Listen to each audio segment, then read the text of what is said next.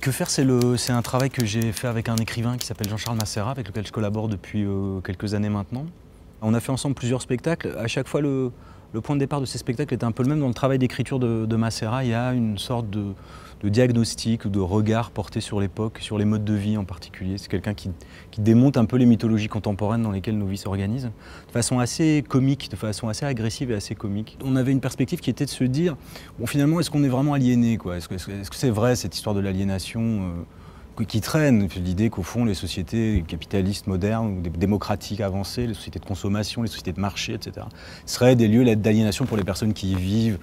Et on s'était dit finalement ce qu'on pourrait raconter serait une sorte de petite utopie théâtrale dans laquelle des gens réussiraient à s'émanciper. C'est-à-dire en se disant même s'ils sont aliénés, ils trouveraient un chemin d'émancipation. Donc on avait imaginé 2 personnes dans leur cuisine, parce qu'on se disait que c'était un endroit assez juste pour désigner beaucoup des aliénations contemporaines finalement, la cuisine. Et dans cette cuisine, ces gens vont se mettre à réinventer leur vie, tout simplement, on peut dire. C'est une sorte d'insurrection à 2, une sorte d'insurrection domestique à 2, et qui va se faire sur la base d'un grand tri. Ça commence avec la Révolution française, est-ce qu'on garde la Révolution russe, est-ce qu'on garde l'art conceptuel, est-ce qu'on garde certains pans de la littérature, est-ce qu'on garde mai 68. Donc voilà, ils font une espèce de tri un peu bordélique, un peu déconnant, mais dans lequel finalement ils essayent de trouver des chemins pour réenvisager leur vie, quoi, tout simplement.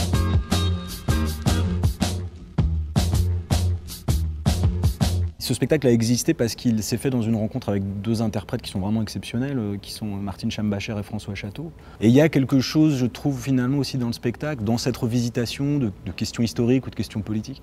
C'est aussi comme un hommage au théâtre, eux, dans leur invention de plateau. Et moi, j'ai eu une chance inouïe, je trouve, de pouvoir faire cet objet avec ces interprètes-là, avec ces artistes-là, qui sont, je pense, parmi les acteurs les plus éblouissants qu'on puisse voir actuellement sur la scène publique. Ouais.